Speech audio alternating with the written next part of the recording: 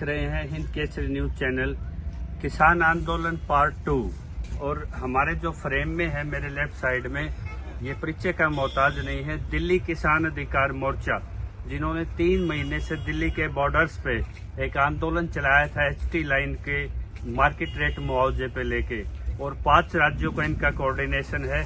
और 2 दिन पहले दिल्ली देहात के सभी प्रतिनिधि, किसान नेता, खाप प्रतिनिधि और भू मालिक एक बड़ी पंचायत करते हैं और एक सर्वसम्मति से फैसला लेते हैं कि दिल्ली में भी खेती होती है, और यदि MSP खेत किसानी के मसले पे पंजाब हरियाणा से कोई भाई आया तो दिल्ली अब की बार मेजबानी करेगा। और पिछली बार जो किसानों पे पत्थर बरसाए गए थे, पत्थर बरसाने वालों को पार्षदों की टिकट दी गई, उनको बड़े बड़े पद दिए गए, तो अब की बार अपने किसानों की हिफाजत खुद यहाँ के किसान कर रहे हैं। हम जान लेते हैं कि दिल्ली का जो एक बड़ा संगठन है वो क्या इस पर दृष्टिकोण रखता है और क्या फैसला है। नमस्कार जी। नमस्कार। ये आप देख रहे होंगे लोग आने जाने वाले, एक बार कैमरा दिखाएंगे घुमा के। ये महिलाएं शादी विवाह में जिस तरह आ रही है, कुतुबगढ़ से 352D का संपर्क मार्ग है और ये काट दिया गया है, और यहाँ पे दिल्ली सरकार की लिमिटेशन काम करती है। और यहाँ पे दिल्ली सरकार के किस आदेश से ये खड्डे खोदे गए हैं, ये सड़कें उखाड़ी गई हैं? ये तो एक जांच का विषय है जी कि जब दिल्ली सरकार के अंडर आता है तो यहाँ क्यों खोदा गया है। दूसरा, जो किसान भाई आने लग रहे हैं तो किसान किसी पंजाब या हरियाणा या दिल्ली या उत्तर प्रदेश किसान की कोई ये नहीं होता भी वो फलानी स्टेट का है। किसान तो दिल्ली में भी किसान है, दिल्ली का किसान भी पीड़ित है सरकार से। और पिछली बार जो कमियां दिल्ली की तरफ से, दिल्ली के किसानों की तरफ से रही, अब की बार हमारा संगठन उसको खत्म नहीं करेगा, बल्कि उसमें मेजबानी करेगा कि भाई वो लोग जब आएंगे तो उनको फूलों से स्वागत भी करेंगे, उनकी व्यवस्था में भी रहेंगे।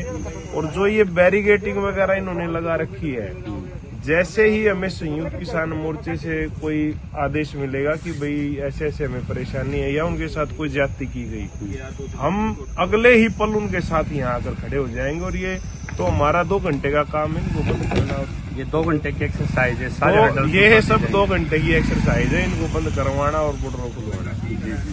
तो मैं आपकी बात को एक जानकारी चाहूंगा, पिछली बार जो पत्थर बरसाए थे वो किसानों ने नहीं बरसाए, वो बीजेपी के कार्यकर्ताओं ने बरसाए थे, जिनको पार्षदों के टिकट दिए गए। पत्थर किसानों ने, किसान चुप था पिछली बार। किसान को ये संशय था कि वो टीवी देख रहा था।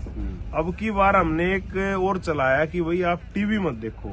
अगर आपने टीवी देख लिया तो आपको समझ में ही नहीं आएगा। टीवी देखकर किसी आंदोलन का अगर आप ये लगा रहे हो कि भाई यहाँ से पता चल जाएगा, आंदोलन का पता चलेगा आंदोलनकारियों के साथ बैठने से। ग्राउंड रिपोर्टिंग नहीं मिल पाती। ग्राउंड रिपोर्टिंग नहीं मिल पाती टीवी से। टीवी से तो जो दिखाते हैं कि भाई कनाडा से पैसे आ गए और ये तो जो है पंजाब से आए हुए हैं, ये खालिस्तान की मांग कर रहे हैं, फलाना ढिमकाना। तो 2-4 आदमी आंदोलन में कैसे भी घुस सकते हैं। क्या मतलब किसान के कपड़े पहन के बीजेपी का कार्यकर्ता था। कार्यकर्ता था वो अपने नंबर बना रहे थे। उनको ये नहीं पता कि इसमें दिल्ली का जो देहात है वो भी किसानी से ही जुड़ा हुआ है। उनका किस तरह का, किस लेवल का मतलब जो है नीचता का उन्होंने वो किया, वो चलो भगवान देखेगा उनको भी। लेकिन अब की बार अगर ऐसी कोई हरकत हुई तो उनका इलाज वहीं करेंगे। आप संगठन के संयोजक हैं 5 राज्यों के, क्या ये जो MSP कानून का मुद्दा ये दिल्ली को भी प्रभावित करता है क्या? दिल्ली में जी 190 गाँव हैं और वो खेती पर आधारित है। और दिल्ली को भी, दिल्ली के जितने गांव हैं लोगों को समझ नहीं आ रहा MSP का मुद्दा उनका भी है। और लोगों को जागरूक करने के लिए हम जितना प्रयास 3 महीने में कर सकते थे हमने करा है।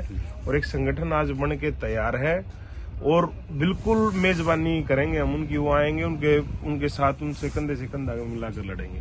मतलब दिल्ली अब की बार अगुवाई करने जा रहा है? अगुवाई करेंगे जी, बिल्कुल।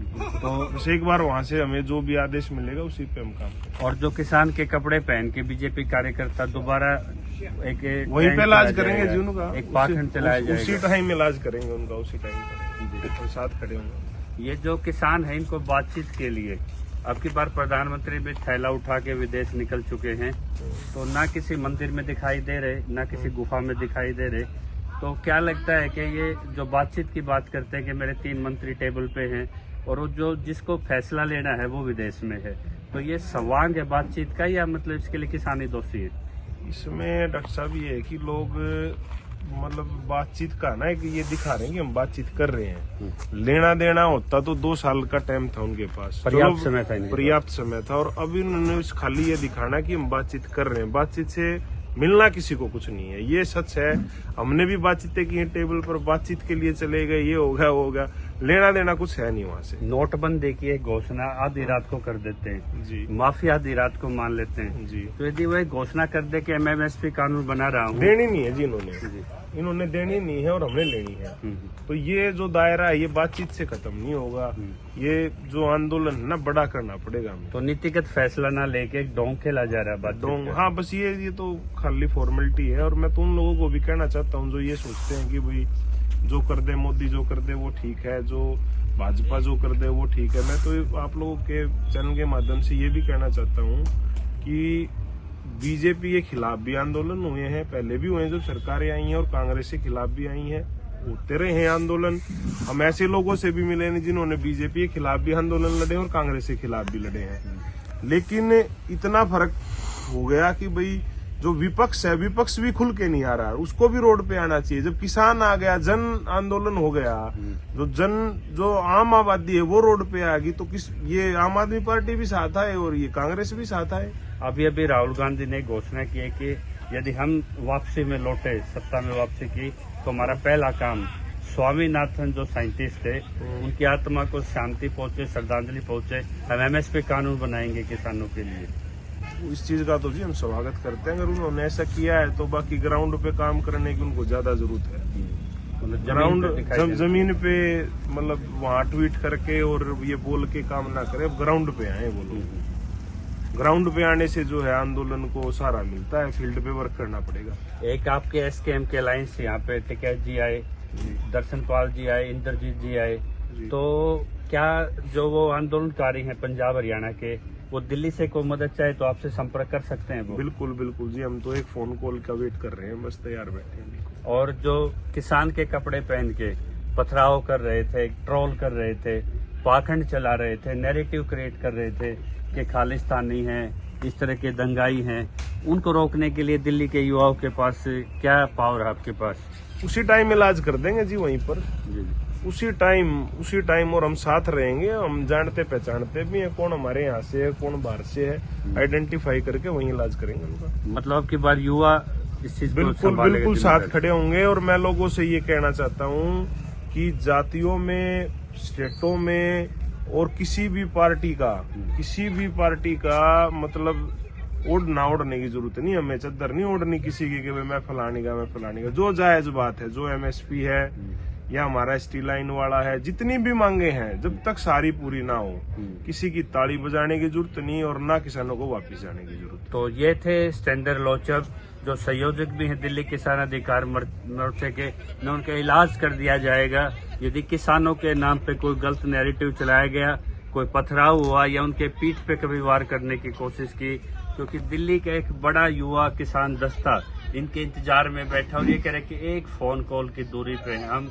ये जो रास्ते हैं ये पाट दिए जाएंगे, खेतों से रास्ता चाहे देना पड़े।